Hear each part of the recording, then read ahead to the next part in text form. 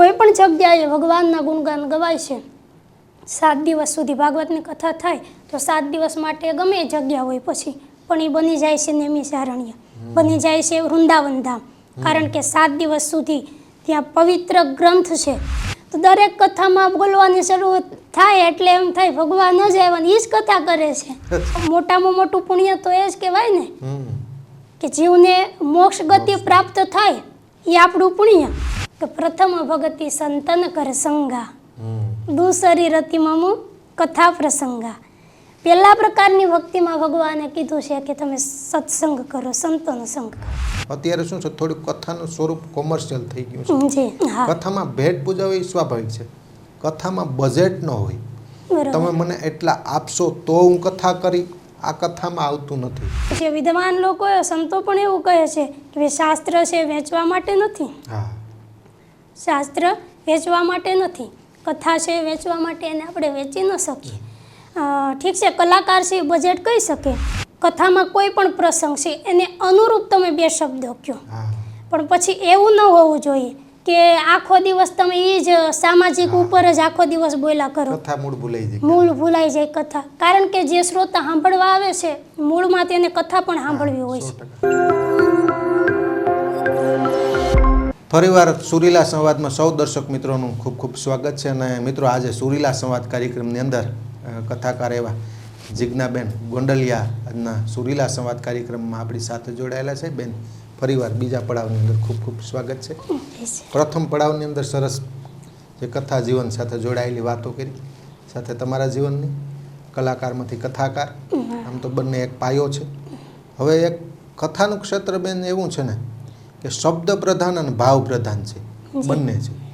કોઈ ગાયકી હોય તો સ્વાભાવિક છે કે ભાવ પ્રધાન એટલે એક રાગોનો પરિચય હોય અને ભાવનો પરિચય હોય, શબ્દનો પણ હોય છે. પણ કથામાં શબ્દ પ્રધાન વધારે હોય અને ભાવ પણ, કારણ કે સુદામાનો એ પ્રસંગ હોય, કૃષ્ણ સુદામાનો પ્રસંગ હોય ને, ભલે શબ્દોનું મહત્વ હોય, ભાવ ન હોય તો નકામ. કથામાં ભાવ કેટલો હોવો જોઈએ ને શબ્દનું કેટલું મહત્વ, ભાવનું કેટલું મહત્વ, એ થોડુંક મારે વિસ્તારપૂર્વક સમજવું.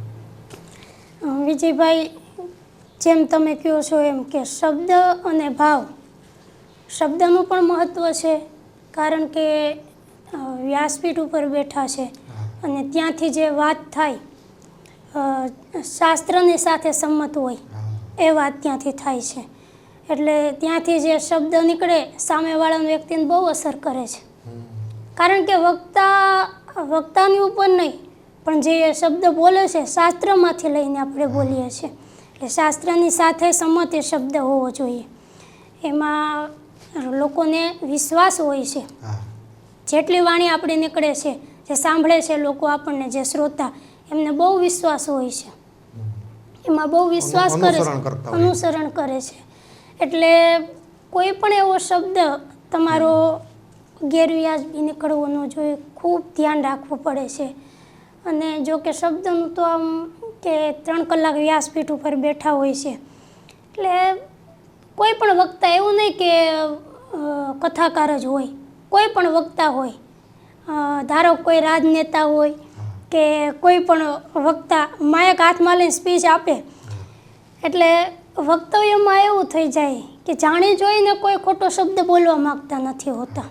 જાણી જોઈને તો, કારણ કે એક શબ્દ ખોટો જાય એટલે તરત બોલનારની પણ વેલ્યુ ડાઉન થાય છે જે બોલે છે.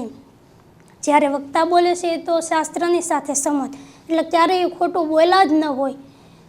જે શાસ્ત્ર છે એમને પૂરેપૂરો ન્યાય આપીને બોલતા હોય છે. પણ ક્યારેક એવું થાય કે 3 કલાક 4 કલાકની કથા હોય, એ શબ્દ એને બોલવો નથી હોતો, પણ અનાયાસે અમુક શબ્દ ક્યારેક એવો નીકળી જાય છે. અને આજે જ તમે જુઓ, સોશિયલ મીડિયાનો જમાનો છે, એટલે લોકો બહુ આવું બધું માર્ગ બહુ કરે છે કે 4 કલાક કથા કરે કોઈ પણ કથાકાર, કોઈ વક્તા, તો એ 4 કલાકમાં શાસ્ત્રની આરે સંમત એણે જે જગતને જ્ઞાન દીધું છે એને લોકો ઓછું એક્સેપ્ટ કરે છે. પણ એકાદો શબ્દ જે એને બોલવો નથી હોતો વક્તાને, પણ ભૂલથી બોલાઈ ગયો છે, બોલેલો શબ્દ તો પાછો ખેંચાતો નથી. જેમ ઓલું કે ધનુષમાંથી જેમ તીર નીકળે તો પછી પાછું નથી આવતું, એમ એકવાર શબ્દ મુખમાંથી નીકળી ગયો તો પાછો ખેંચાતો નથી. પણ એ એક ક્યાંક ખોટો શબ્દ નીકળી ગયો, લોકો એમને બહુ વાયરલ કરે છે ખોટી રીતે કે આ વક્તા છે, વ્યાસપીઠ ઉપર બેઠા છે, એમને આવું બોલવું ન જોઈએ, આ બોલ્યા છે તો હવે એને માફી મંગાવો. પણ જો કે કથાકારોએ કોઈ પણ વક્તા માફી પણ માંગી લે છે, એમાં એને નાનપ નથી હોતી માફી માંગવાની, કારણ કે એને તો એ બોલવું જ નહોતું બોલવું, પણ શબ્દ નીકળી ગયો છે. પણ આજે સોશિયલ મીડિયાનો જમાનો, એટલે લોકો જે ખરેખર એક્સેપ્ટ કરવા જેવું લેવા જેવું છે એ નહીં લે, પણ એકાદો શબ્દ ખોટો એટલે લોકોનું આમાં ફોકસ કે ભાઈ આ બોલ્યા, આને વાયરલ કરો તમે. નેગેટિવ ફોકસ, નેગેટિવ વસ્તુને વધારે લોકો સ્વીકાર કરે છે. બાકી ઘણા લોકો એવું કહેતા હોય કે સોશિયલ મીડિયાનો જમાનો છે, અત્યારે આ સોશિયલ મીડિયાએ યુવા વર્ગને બગાડ્યો છે, આમ તેમ ઘણું એવું બોલતા. પણ સોશિયલ મીડિયા બગાડવા માટે જ છે એવું કોણે કીધું? સદુપયોગ થાય છે ને. પણ તકલીફ ત્યાં છે કે અત્યારે લોકો સદુપયોગ ઓછો કરે છે, એટલે લોકોના આજે માઇન્ડ એવા થઈ ગયા છે. મેં જેમ કીધું ને કે એક નેગેટિવ શબ્દ તમારાથી કંઈ પણ વસ્તુ બોલાઈ ગઈ છે તો લોકો એને એક્સેપ્ટ કરે છે. બાકી જે આપવાવાળા લોકો છે, તમે આપો છો બધાને, બધું સારી વસ્તુ તમે આપો જ છો, પણ લોકોને વધારે વસ્તુ કઈ ગ્રહણ કરવી છે, કઈ પસંદ આવે છે, આધાર એના ઉપર રાખે છે. એટલે શબ્દનો એક મહત્વ હોવું જોઈએ, અને એમાં ભાવ સાથે. કોઈ પણ કથા તમે પૂછો કે શબ્દની સાથે ભાવ, કોઈ પણ કથા તમે કરો છો તો એ કથાની સાથે તમારો ભાવ રેડાય ને, એટલે જે સાંભળનાર શ્રોતા છે એને એક જાતનું કથા સાંભળીએ છીએ એવું નહીં. પણ તમે કીધું એમ કે સુદામા ચરિત્રની કથા છે, એ કથા જ્યારે વ્યાસપીઠ ઉપરથી થતી હોય, લોકો સાંભળતા હોય, પણ ભાવ એમાં ભળે ને, એટલે સાંભળનારાને એમ થાય કે અત્યારે અમે પોરબંદરથી દ્વારકાની સુદામાને અમે જાત્રા કરીએ છીએ. એટલે આ એક ભાવ એમાં ભળે ને, ત્યારે આખું વાતાવરણ એક અલગ જ કંઈક. શબ્દોમાં ભાવ ભળે ને તો લોકોને લાગે, કથા લાગવી જોઈએ. અને બેન, કથાનું પણ એક પુણ્ય હોય છે. કથા સાંભળનારને પણ પુણ્ય મળે, અને કથા બોલનારને પણ એક પુણ્ય મળતું હશે. અને આમ તો આ છે ને પવિત્ર ભૂમિમાં જ આપણે આમ તો કથાની વાત કરી રહ્યા છે. વિજયભાઈ વાંકની ગૌશાળા છે, અને માહોલ પણ આપણે એવો મળ્યો છે કથા, પવિત્ર વાતાવરણ. વિજયભાઈ વાંક કૃષ્ણ ગૌશાળા, સરસ મજાનું સાનિધ્ય છે. પુણ્યની વાત કરતા આપણે, એટલે આમાં સાંભળનારે પુણ્ય મળે, તમને તો બોલો છો એટલે મળે જ છે. આ પુણ્ય કેટલું અગત્યનું બંને માટે? જો કે તમે વિજયભાઈની વાત કરી એટલે હું કહી દઉં કે પવિત્ર જગ્યા, વિજયભાઈ પોતે પણ મોમાઈ માતાજીના ઉપાસક છે, પોતે ધાર્મિક જીવન એમનું. અને આ ગૌશાળા અહીંયા પણ જોયું તમે, ગાયોની આટલી સેવા, એટલે જગ્યા તમે કીધું એમ ધાર્મિક જ ભૂમિ છે અહીંયા. અને પુણ્યની વાત તમે કરી વિજયભાઈ, કથા કોઈ પણ જગ્યાએ જ્યાં કથા થાય છે, 7 દિવસ કથા થાય, ભાગવત કથા હોય તો 7 દિવસ હોય, એના રામકથા હોય તો 9 દિવસ હોય. 7 દિવસ કે 9 દિવસ જે જગ્યામાં કથા થાય છે, જો કે મોટા ભાગે તો મંદિરમાં કે ગૌશાળામાં કેમ કથા હોય છે, પણ કોઈ મોટા એવા આયોજનો હોય તો જાહેર મોટા મેદાન હોય, એવી રીતને મોટા મેદાનોમાં કથા હોય. જે પણ જગ્યામાં કથા ગવાય છે એ જગ્યા 7 દિવસ કે 9 દિવસ પવિત્ર, માત્ર એ ખુલ્લું મેદાન નથી રહેતું, પણ એક એમ કહેવાય ને કે ભાગવત કથા જે જગ્યાએ થાય ને એ જગ્યાને નેમિષારણ્ય કહેવાય. નેમિષારણ્યમાં જે સૂત પુરાણી મહારાજ, જે સોનકાદી ઋષિમુનિઓને જે કથાઓ સંભળાવે, જે જગ્યા ઉપર બેસી, કોઈ પણ જગ્યાએ ભગવાનના ગુણગાન ગવાય છે. 7 દિવસ સુધી ભાગવતની કથા થાય તો 7 દિવસ માટે ગમે એ જગ્યા હોય, પછી પણ એ બની જાય છે નેમિષારણ્ય, બની જાય છે વૃંદાવન ધામ. કારણ કે 7 દિવસ સુધી ત્યાં પવિત્ર ગ્રંથ છે. શ્રીમદ ભાગવત મહાપુરાણ કોઈ સામાન્ય ગ્રંથ તો નથી, ભગવાન કૃષ્ણનું કહેવાય કે વાંગમય સ્વરૂપ. જ્યાં ભગવાન કૃષ્ણનું વાંગમય સ્વરૂપ બિરાજમાન થાય એ જગ્યા તો પછી મંદિર જ બની જાય, વૃંદાવન ધામ જ બની જાય છે. અને કથા સાંભળવાનું અને ગાવાનું પુણ્ય, કોઈ પણ કથા હોય ગમે એ શ્રીમદ ભાગવત હોય, રામકથા હોય, શિવપુરાણ હોય, દેવી ભાગવત હોય, તો એનું શ્રવણ કરો એટલે પુણ્ય તો મળે જ છે, પ્રાપ્ત થાય છે. કોઈ પણ કથા બધાને ખબર છે કે ભાગવત કથા આપણે સાંભળીએ એટલે એમનાથી મુક્તિ મળે છે, મોક્ષ મળે છે. એટલે એ તો મોટામાં મોટું પુણ્ય તો એ જ કહેવાય ને કે જીવને મોક્ષ ગતિ પ્રાપ્ત થાય, એ આપણું પુણ્ય. રામકથા સાંભળીએ, રામકથા દ્વારા જો કે મોક્ષ તો તમે કોઈ પણ કથા ભગવાનના ગુણગાન, અને એમાં તો કળિયુગ છે. કળિયુગમાં તો એવું કીધું છે કે આ જીવે જો ભવસાગર પાર કરવો હોય ને કળિયુગમાં, તો એના માટે તો એક જ સાધન છે, અને એ છે ભગવાનનું નામ.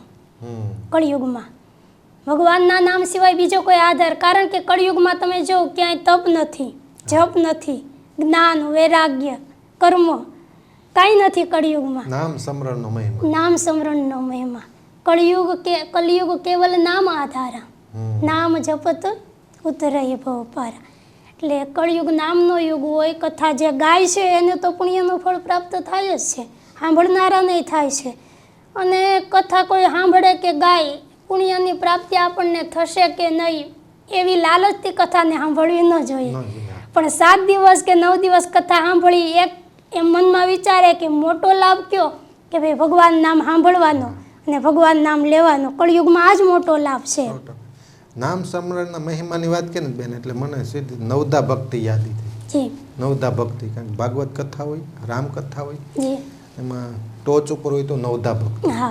નવધા ભક્તિની સંપૂર્ણ વાત કરીએ તો અનેક એપિસોડ બને, પણ આમાં ઉત્તમ ભક્તિ કઈ સંસારીઓ માટે? સારો સ્વભાવ રાખવો ને એ પણ ભક્તિ છે. સરળ સ્વભાવ, ઉત્તમ ભક્તિ કઈ? જેમ તમે નવધા ભક્તિની વાત કરો છો, રામચરિત માનસમાં નવધા ભક્તિ કે જે ભગવાન રામે પોતાના મુખથી આ ભક્તિની વાત કરી છે. 9 પ્રકારની ભક્તિ શબરીબાઈને દીધી ને ભગવાન રામે. જો કે પ્રભુ રામ શબરીબાઈના આશ્રમે આવ્યા એટલે શબરીબાઈને સ્વાગત કર્યું, ભાવ વિભોર થઈ ગયા. પણ પછી મનમાં આમ એવો ભાવ શબરીબાઈને થયો કે પ્રભુ મારા આંગણે આવ્યા છે, મારે એમની સ્તુતિ કરવી છે, પણ કઈ રીતે કરું? કારણ કે પોતે ભણેલા તો છે ને અભણ છે શબરીબાઈ, સાવ અભણ છે. હાથ જોડીને ભગવાનની સામે ઊભા છે અને ભગવાનને કહેવા લાગ્યા કે પ્રભુ કેહી બીધી સ્તુતિ કરું તું મારી, કઈ રીતે હું તમારી સ્તુતિ કરું? મને મનમાં એમ થાય છે, કારણ કે હું ભણેલી નથી, સાવ અભણ છું, અને એમાંય હું એક ભીલની જાતિ, અને એમાંય સ્ત્રી છું. એટલે મને ખબર નથી પડતી હું તમારી સ્તુતિ કઈ રીતે કરું. જ્યારે શબરીએ આવી રીતે ભગવાનને કીધું કે એક ભીલની જાતિ, હું સ્ત્રી છું, અભણ છું, ત્યારે ભગવાન રામ શબરીબાઈને સંબોધીને કહે છે કે શબરીબાઈ, તમે તમારી જાતને અધમ માનો છો કે હું ભીલ જાતિની છું, હું એક સ્ત્રી છું, હું અભણ છું? પણ શબરીબાઈ, હું કોઈ નાત કે જાતમાં માનવાવાળો નથી. નાત, જાત, કુલ, ધર્મ, બડાઈ આમાં હું ક્યાંય માનવાવાળો નથી. હું ભણેલાને કે હું એમાંય માનતો નથી, પણ હું તો માત્ર ને માત્ર ભક્તિના નાતામાં ભગવાન કે માનું છું. કહ રઘુપતિ સુનો ભામીની બાતા, માનવ એક ભક્તિ કર નાતા. હું માત્ર એક ભક્તિના નાતામાં માનવા વાળો છું. અને ભક્તિ એટલે, ભક્તિ આપણે કેને કહીએ છીએ કે બસ ભગવા કપડાં પહેરી લીધા, કોઈ પણ વેશ એક ધારણ, ભગવા છે, સફેદ છે, કોઈ એક એ તમે પહેરી લીધા, ગળામાં રુદ્રાક્ષની માળા નાખી લીધી, હાથમાં માળા લઈ લીધી, એ જ ભક્તિ છે? એટલે સંસારી લોકોનો એક પ્રશ્ન, તમે જેમ પ્રશ્ન કર્યો કે સંસારી માટે ભક્તિ, ભગવાન રામે જે આ નવધા ભક્તિ શબરીબાઈને દીધી ને, 9 પ્રકારની ભક્તિ વિજયભાઈ એટલી સરળ અને સહેલી દીધી છે. કોઈ પણ વ્યક્તિ ગમે ત્યારે એ ધારે ને ત્યારે જીવનમાં ઉતારી શકે. અને એના માટે જરૂરી ભગવાન પોતાના મુખેથી ક્યાંય એવું નથી બોલ્યા કે તમે ભગવા કપડાં પહેરી લ્યો કે ઘર છોડી બહાર વનમાં વયા જાઓ, ઘરને છોડી દો, પરિવાર છોડી દો, તમે બહાર જાઓ, જમવાનું છોડી દો, એકટાણા કરો, ઉપવાસ કરો, આખો દિવસ માળા ફેરવો, આવી ક્યાંય વાત નથી કરી ભક્તિમાં ભગવાને. પણ 9 પ્રકારની ભક્તિ એટલી હેલી કીધી છે ને એમાં પહેલા પ્રકારની ભક્તિ કે પ્રથમ ભગતિ સંતન કર સંગા, દૂસરી રતિ મમુ કથા પ્રસંગા. પહેલા પ્રકારની ભક્તિમાં ભગવાને કીધું છે કે તમે સત્સંગ કરો, સંતોનો સંગ કરો. કારણ કે સત્સંગ એ ભક્તિનું પહેલું પગથિયું છે. ભક્તિ તો તમને મનમાં હોય કે ભાઈ આધ્યાત્મિક માર્ગે આપણે આગળ વધવું છે, એમાં જવું છે, ભક્તિનો માર્ગ ભગવાન સુધી પહોંચવું છે, આપણને એવી ઈચ્છા થાય. જ્યારે એવું આ મનથી એવું જ્ઞાન આપણને પ્રગટે કે ભાઈ આ માનવ દેહ ભગવાનને દીધો છે, તો આમને વેડફી નાખવાનો આ દેહ નથી. આ દેહ દ્વારા કંઈક કરવાનું છે ભગવાન, એટલે આપણને મનુષ્ય બનાવ્યા છે ને. 84 લાખ યોની જ્યારે જીવ ફેર્યો ત્યારે ભગવાને માનવનું શરીર દીધું. તો આ શરીર એમને વેડફી નાખવા માટે નથી. એમ બહુ અમૂલ્ય દેહ છે માનવનો દેહ. દેવતાઓને પણ દુર્લભ. દેવતાઓ ધારે ને તો એ માનવ ન બની શકે. ભગવાને આપણને એવો દુર્લભ દેહ દીધો છે. તો આ દેહ મળ્યા પછી આપણે કરવાનું શું? માનવમાં વિવેક તો આવવો જોઈએ ને. ખાલી માનવ ભગવાને બનાવી દીધા, અહીંથી બસ આવ્યા ને આમ ખાઈ પીને આટો મારીને વયા ગયા, તો આ આપણો જે માનવનો દેહ પશુવૃત્તિ થઈ. તો પશુવૃત્તિ. માનવ જીવન ભગવાને માનવનો દેહ દીધો, અને આ દેહ દ્વારા જો ભગવાનનું નામ નથી લીધું, માનવને મોક્ષની ઈચ્છા નથી થઈ, હૃદયમાં ભક્તિ નથી આવી, તો માનવ અને પશુમાં કાંઈ ફેર નથી. એટલે માનવ થયા પછી એનામાં એક એવું જ્ઞાન, ક્યાંકથી પણ એવી આમ ઈચ્છા થાય કે ભગવાને મને માનવ બનાવ્યો છે, તો હવે જે આ 84 લાખ યોનીના જે વારે વારે આવવાના ને જવાના ધક્કા છે ને, એ મારે મટાડી દેવા છે. 84 લાખ યોનીના એ આવન જાવનના, કારણ કે પીડા કેવી, જન્મવાની મરણની પીડા, આમાંથી બધેથી હવે મારે મુક્ત થવું છે, અને મારે મુક્તિ મેળવી લેવી છે, મોક્ષ મેળવવો છે. અને એના માટે આ સાધન શ્રેષ્ઠ છે. માનવ દેહ દ્વારા જીવ ધારે તો મુક્તિ મેળવી શકે. અને મુક્તિ મેળવવા માટેનો જ દેહ છે. માનવ દેહ મેળવો એટલે કાંઈ આ દેહ કાંઈ ખાલી ખાવા પીવા કે હરવા ફરવા કે સંસારના સુખ ભોગવવા માટેનો આ દેહ છે જ નહીં. ભક્તિ અને પર કલ્યાણ. પર કલ્યાણ. નવધા ભક્તિની વાત કરીએ ને બેન, તો દિવસો ટૂંકા પડે. મૂળ ફરીવાર આપણે કથાના ક્ષેત્રમાં આવીએ. ફરીવાર કથામાં ભેટ પૂજા કહેવાય. આપણે એક આજીવિકાના માધ્યમ તરીકે હોઈ શકે, એટલે ભેટ પૂજા હોય કથામાં. અત્યારે શું છે, થોડું કથાનું સ્વરૂપ કોમર્શિયલ થઈ ગયું છે, એટલે કથાના માધ્યમને થોડું સમજવું છે. ભેટ પૂજા કહે છે, કથામાં ભેટ પૂજા હોય સ્વાભાવિક છે. કથામાં બજેટ ન હોય. તમે મને એટલા આપશો તો હું કથા કરી, આ કથામાં આવતું નથી. શાસ્ત્ર એમ નથી કહેતું. આ ભેટ પૂજા હોય, તમે 7 દિવસ કે 9 દિવસ કથા કરો છો, મને જે આનંદ આવ્યો, સાધુ પરંપરામાં ભેટ પૂજા કહેવાય છે. આ સંદર્ભે મારે થોડી વાત કરવી છે, કારણ કે તમે આને મહત્વ નથી આપતા, એટલે હું પ્રશ્ન કરી શકું. બાકી સાંપ્રત સમય છે, કળયુગનો પ્રભાવ છે, ધર્મમાં પણ થોડો પ્રભાવ છે. ભેટ પૂજા હોય કે બજેટ હોય? બહુ જ મહત્વનો પ્રશ્ન તમે કર્યો છે. જો કે અત્યારના સમય પ્રમાણે, જો કે અત્યારે લોકો પણ એવું કહેતા, કથાકારની પાસે આવે લોકો એટલે પહેલો પ્રશ્ન એનો એ જ હોય છે કે બેન તમારું કથાનું બજેટ કેટલું? જનરલ પ્રશ્ન એ જ કે કથાનું બજેટ કેટલું? એટલે હું બીજા કોઈ કથાકારોને લઈને મારી જ વાત કરું છું કે હું લોકો એવો મને કોઈ પ્રશ્ન કરે ને કે કથાનું બજેટ કેટલું, એટલે હું એમને કહું કે કથાનું ક્યાંય બજેટ હોય? કથાનું શાસ્ત્રોમાં જ કીધું છે. વિદ્વાન લોકો સંતો પણ એવું કહે છે કે શાસ્ત્ર છે વેચવા માટે નથી. શાસ્ત્ર વેચવા માટે નથી. કથા છે વેચવા માટે, એને આપણે વેચી ન શકીએ. ઠીક છે, કલાકાર છે એ બજેટ કહી શકે. કોઈ કલાકાર છે કે ભાઈ એક કાર્યક્રમના હું 3 લાખ લઉં, 4 લાખ લઉં, 5 લાખ અત્યારના જમાના પ્રમાણે, પણ કથાકાર એ બજેટ ન કહી શકે. હા, તમારું આયોજન કેવડું છે એ પ્રમાણે કથાકારની સાથે જે ગ્રુપ જાય છે, સંગીતકાર લોકો છે, સાઉન્ડ છે, કેમેરા છે, ભૂદેવો છે, એમને દક્ષિણા દેવાનું, એ જે પણ કાંઈ ખર્ચો થતો હોય. અને મેં વિજયભાઈ આટલી કથા અત્યાર સુધીમાં મેં 45 જેટલી કથા હોય, એમાં 30 રામકથા અને 15 ભાગવત, એટલે આટલી કથાઓ કરી છે. પણ હજી સુધી મેં ક્યાંય બજેટ કીધું નથી એવું કે મારું આટલું બજેટ.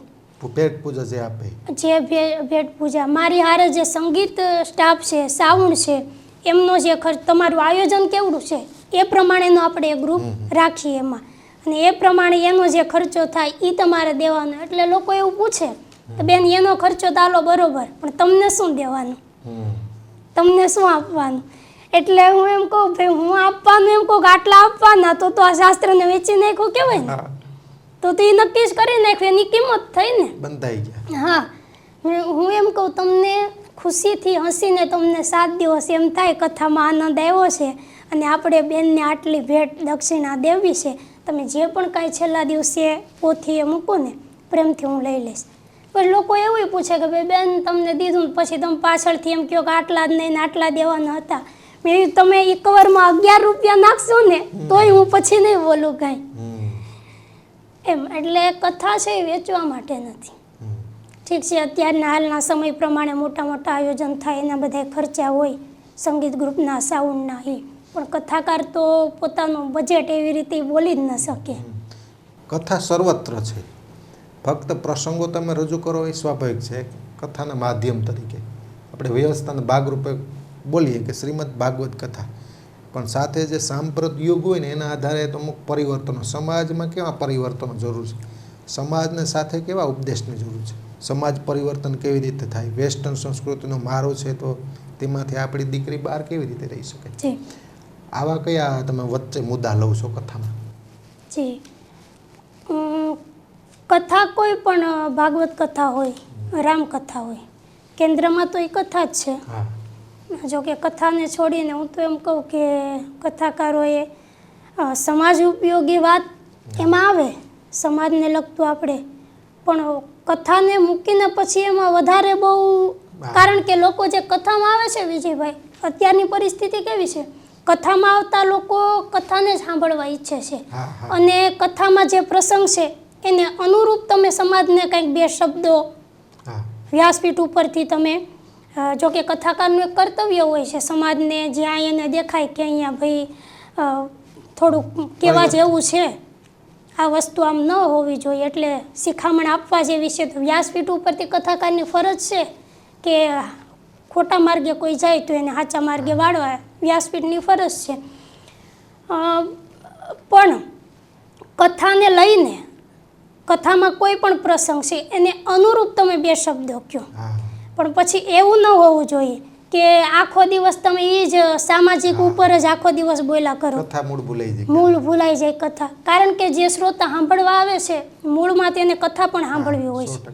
ઘણા લોકોની પાસે હું એવું પણ સાંભળું છું કે બેન તમારી કથામાં અમે આવીએ તો અમને મૂળ કથા સાંભળવા મળે છે.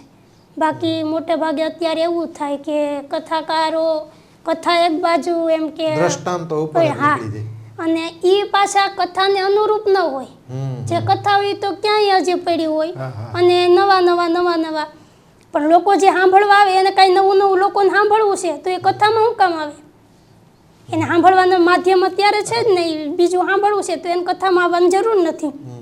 કથામાં જે લોકો આવે છે એને એનું લક્ષ્ય કથા હોય છે, એટલે કથા આપણે એને પૂરી સંભળાવી, એમાં એને ન્યાય આપવો કે જે શ્રોતા છે 3 કલાક કાઢી અને આપણને સાંભળવા આપણા માટે નથી આવ્યા, કથાને સાંભળવા આવ્યા છે, તો એને કથા એ પ્રમાણે જેમ ભાવથી સમય કાઢીને આવ્યા છે તો આપણને કથા સંભળાવવી.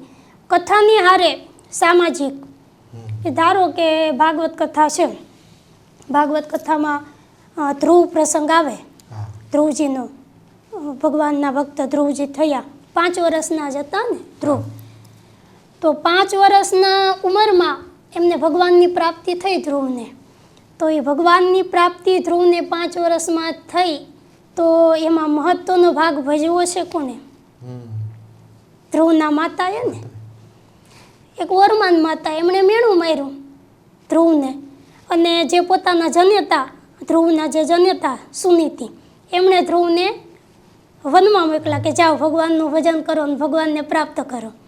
પિતાના ખોળામાં બેસવું તો વરમાન માતાએ મેણું માર્યું, એટલે પોતાની જનેતા હતી એમણે કીધું ભાઈ એમ તમારા પિતાની ગોદમાં હું નહીં બેસાડી શકું તમને, પણ પરમ પિતાની ગોદમાં હું બેસાડી શકીશ, ને એના માટે ધ્રુવ જાઓ, તમે વનમાં જાઓ, ભગવાનનું તપ કરો, ભગવાનને તમે પ્રાપ્ત કરો. 5 વર્ષના ધ્રુવ છે અને સુનીતિ એને મનમાં એમ નથી ભાઈ 5 વર્ષનો મારો દીકરો એનું વનમાં ક્યાં મોકલી દઉં. 5 વર્ષનો એ દીકરો, આપણું બાળક આ નાનું હોય ઘરમાં, વનમાં તો શું અંધારું થોડુંક થાય ને, તો આપણે બારે શેરીમાં નથી જવા દેતા 5 વર્ષના બાળકને. એટલે હું આ કથાના માધ્યમથી દરેક સંસારની સ્ત્રીઓ છે, ખાસ કરીને માતાઓ જે છે, એને હું એવી ટકોર કરું કે ભાઈ આપણા સંતાનને, દીકરો હોય કે દીકરી હોય, સંતાનને કેવું બનાવવું ને એ માતાના હાથમાં છે. મોટો થઈને કેવો બને ને એનું નિર્માણ તમે અત્યારથી કરો છો, બાળપણથી જ.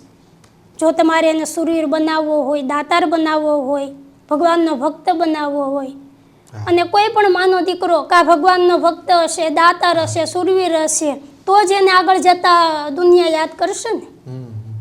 અને એ જ માતા પુત્રવાળી કહેવાય, દીકરાવાળી કહેવાય કે એનો દીકરો કાં શૂરવીર હોય, કાં દાતાર હોય, ભગવાનનો ભક્ત હોય, જગતમાં આવીને જેણે સારા કામ કર્યા છે એમાં જ દીકરાવાળી કહેવાય. બાકી તો તમે એવા એક કુપુત્રને જન્મ દીધો છે કે આખી જિંદગી બીજાને નડે જ છે, બીજાને નડતરરૂપ બન્યા, એના કરતાં તમારે ત્યાં દીકરો ન હોય તો સારું ને, એના કરતાં તો દીકરો ન હોય સારું.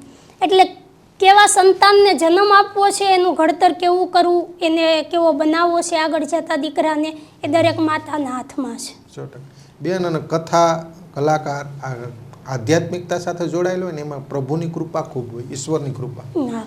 ઈશ્વર મદદરૂપ થાય અને આજુબાજુની પ્રકૃતિ મદદરૂપ બનતી હોય. ક્યારેક ઓચિંતાની કથા નક્કી થઈ હોય તો તમારા જીવનમાં મને કેવા બનાવ બન્યા હશે કે કોઈ પ્રસંગ હોય તો પૂરું અધ્યયન ન થયું હોય, પ્રસંગો તમે આમ સાંભળેલા હોય બાળપણ, એ પણ યાદ આવવા લાગે. એટલે એવો ક્યારેક ચમત્કાર પણ થતો હોય, આમાં પ્રકૃતિ મદદ કરે. આ તમારા જીવનમાં આવું બનેલું? જીવનમાં તમે એમ કહો ક્યારે એવું બને, ક્યારે નહીં વિજયભાઈ. રોજ મારા તો જીવનમાં હું તો એમ માનું કે વ્યાસપીઠ ઉપર જાઓ, જેમ તમને પહેલાં કીધું કે અભ્યાસ તો છે જ નહીં એનો, અને અત્યારે તો આ યુગ, અત્યારનો સમય છે, અત્યારનો જમાનો છે, બહુ એમ કે ભણી અને વક્તાઓ છે, વિદ્વાન વક્તાઓ, અને એમાં કથા કરવી એટલે મારે તો હું વ્યાસપીઠ ઉપર જાઉં. પહેલાં મેં તમને કીધું એમ હનુમાનજી મહારાજનું આવાહન મારે હોય જ, ને હનુમાનજીની કૃપાથી હું વ્યાસપીઠ ઉપર બેઠી છું, એની જ કૃપા માનું છું કે એની જ કૃપા છે. અને એની કૃપા છે એટલે જ જો કે રામકથા ભાગવત 7 દિવસની ભાગવત હોય, 9 દિવસની રામકથા હોય, પણ રામકથા માસ પારાયણ એક દિવસનું અનુષ્ઠાન જે હોય ને, આવા મેં 9 અનુષ્ઠાન મહિના દિવસના કરેલા છે રામકથા. હા, જેમાં 7 કથા તો મેં બોટાદ પાસે જાડીલા ગામમાં એવું છે, દર વર્ષે 1 મહિના દિવસની રામકથા ત્યાં હોય છે એક આશ્રમમાં. એટલે ત્યાં મેં આ 7 મહિના દિવસની કથા કરી છે. અને 2 કથા પેટલા પાસે ઢોળેશ્વર કરીને મહાદેવનું મંદિર છે, તો ત્યાં પણ 2 મહિના દિવસના અનુષ્ઠાન મેં કર્યા છે. અને વ્યાસપીઠ ઉપર જ્યારે આપણે આમ બેહીએ, તમે કહો છો ક્યારેક કોઈ તૈયારી ન હોય ને એવો પ્રસંગ બની જાય, એમ થાય કે ભગવાન તો દરેક કથામાં બોલવાની શરૂઆત થાય એટલે એમ થાય ભગવાન જ આવ્યા, એ જ કથા કરે છે, એ જ કથા કરે છે. પણ તમે કીધું એક પ્રસંગ મને યાદ છે, ભાદા જાળિયા ગામ ધોરાજી પાસે, ત્યાં રામકથા ચાલુ, અને ગામ લોકોનો, આખા ગામ લોકોનો એવો ભાવ કે બેન રામકથામાં તો મેં, જો કે આખું ગામ છે મરજાદી લોકોનું ગામ, વૈષ્ણવ, એટલે કૃષ્ણમાં એની રુચિ વધારે બધા ગામ લોકોની, એટલે બધાયનો એક એવો ભાવ. મેં 3 કથા ત્યાં કરી છે. એટલે બીજી કથા જે બીજા વર્ષની હતી એમાં કે બેન રામકથાને તો ગયા વખતે અમે પૂરી સાંભળીને આનંદ આવે બધું બરોબર, પણ અમારો બધાયને એવો ભાવ છે કે તમે રામકથામાં કૃષ્ણ જન્મની ઉજવણી કરો. એટલે મેં એવું કીધેલું કે ભાઈ રામકથામાં કૃષ્ણ જન્મ ન આવે ને, ભાગવત કથા હોય તો એમાં રામ જન્મ આવે, કૃષ્ણની કથામાં રામ જન્મોત્સવની ઉજવણી થાય, પણ રામકથામાં કૃષ્ણ જન્મોત્સવની ન હોય. પણ ગામ લોકોને એટલો ભાવ, મેં કથા દરમિયાન હું લઈ ન શકું વ્યાસપીઠ ઉપરથી કે ભાઈ રામકથામાં કૃષ્ણ જન્મ હું લઈ ન શકું, કારણ કે વ્યાસપીઠની એક પેલી કે ભાઈ રામકથામાં કૃષ્ણ જન્મ ક્યાંથી, એમ વિચાર કરે ને લોકો કે ભાગવત હોય તેમાં રામકથા, રામ જન્મોત્સવ થાય, કૃષ્ણની કથામાં રામની કથામાં કૃષ્ણ જન્મ ક્યાંથી, આ કઈ કથા બેન વચ્ચે લઈ આવ્યા, એમ કીધું આ હું કરી ન શકું. અને આમે મેં કીધું ભાગવતનો જે કોઈ મારો વિષય, ત્યારે હું ભાગવત કથા ન કરતી. મારો કોઈ વિષય છે નહીં અને હું કરી ન શકું. ગામ લોકો કે કંઈ વાંધો નહીં, તમે ન કરતા વ્યાસપીઠ ઉપર, પણ અમારે જે આનંદ લેવો છે, આ 9 દિવસનો આટલો આનંદ અમે આખું ગામ લઈએ છીએ. અમારો એક એવો ઉત્સાહ છે કે અમારે કૃષ્ણ જન્મોત્સવ નિમિત્તે બધાએ આખા ગામે એમાં આનંદ લેવો છે. મેં કીધું પણ કોઈ માયના મેં કાંઈ વાંધો નહીં, હાલો એવું કરશું. પણ રામકથા આપણી પૂરી થાય અને આપણે પૂરો ન્યાય આપી દઈએ. રામકથાનો જેટલો સમય છે એ પછી રામકથાને આપણે આમ વિરામ આપવાનો સમય હોય તો અડધી કલાક માટે કૃષ્ણ એ કથા, કૃષ્ણ જન્મોત્સવ, ટૂંકમાં કૃષ્ણ કથા નહીં આખી, પણ જન્મોત્સવની ઉજવણી. મેં કાંઈ વાંધો નહીં, ગોઠવીએ એવું. એટલે બીજા બપોર પછીના સત્રની કથા ચાલુ થઈ. રામકથા જ્યાંથી જ્યાં પહોંચાડવા નથી મેં પહોંચાડી. ને રામકથા પછી મેં કીધું બધાની એવી ઈચ્છા છે કે કૃષ્ણ જન્મોત્સવની ઉજવણી કરવી છે. ભાગવત મેં આ રામકથામાં ભાગવત ન આવે, કૃષ્ણ કથા ન આવે, એ કોઈ આ વિષય છે જ નહીં. પણ છતાંય બધાનો એવો ભાવ છે, તો ભાવની હારે ભગવાન સંમત છે. ભગવાન ભાવ હોય ને આવે. તમારો રામ કે કૃષ્ણ છે તો બે એક જ. તમે રામ કયો કે કૃષ્ણ કયો, ભગવાને તો સમય પ્રમાણે અવતાર ધારણ કર્યા છે, બાકી છે તો એક જ.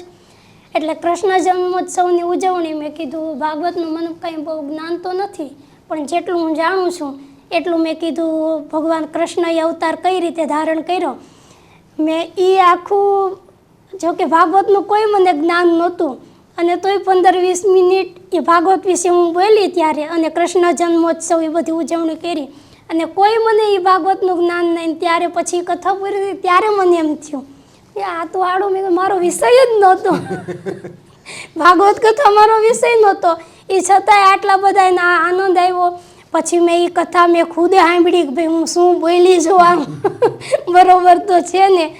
તો ત્યારે મને એમ થયું કે ના, વ્યાસપીઠ ઉપર બેઠા પછી વિજયભાઈ તાકાત વ્યાસપીઠની છે. અને ત્યાં બેઠા પછી તો કોઈ પણ કથાકાર હોય એ એવું અભિમાન કરે જ નહીં. ખુદ મોરારી બાપુ પણ એમ કહેતા હોય કે મારો હનુમાન જે છે એ મને જે પણ કાંઈ ગુણગાન ગવરાવે, ખુદ મોરારી બાપુ એમ કે વ્યાસપીઠ ઉપર બેઠા પછી તાકાત વ્યાસપીઠની, કુદરતની, અને ગાદી એટલે ભગવાનનો ખોળો છે. ને એમાંય ખાસ કરીને રામકથા હોય, હનુમાનજી મહારાજની પ્રેરણાથી જ એ થાય. એટલે ત્યાં બેઠા પછી તો કથાકાર પોતાને જ ભૂલી જ જાય છે, પોતાને ભૂલી જાય છે. પણ બેન જિજ્ઞાબેન, ખૂબ આનંદ આવ્યો આજના બીજા સેશનની અંદર. કથા વિશે તમામ વાતો વણી લીધી. ભવિષ્યમાં પણ તમારું પરિવારનું મોટું યોગદાન છે ભજન ભક્તિ કથા ક્ષેત્રમાં. જી, પરિવાર સાથે પણ એક સંવાદ કરશું આવનારા ભવિષ્યમાં. આજે બસ એટલું જ. ભવિષ્યમાં મળતા રહેશું, સંવાદ કરતા રહેશું, અને ભજનલક્ષી સંતવાણીલક્ષી વાતો કરતા રહેશું. આજે અમારા કાર્યક્રમમાં આવ્યા બેન, ખૂબ ખૂબ આપનો આભાર. ધન્યવાદ. ધન્યવાદ.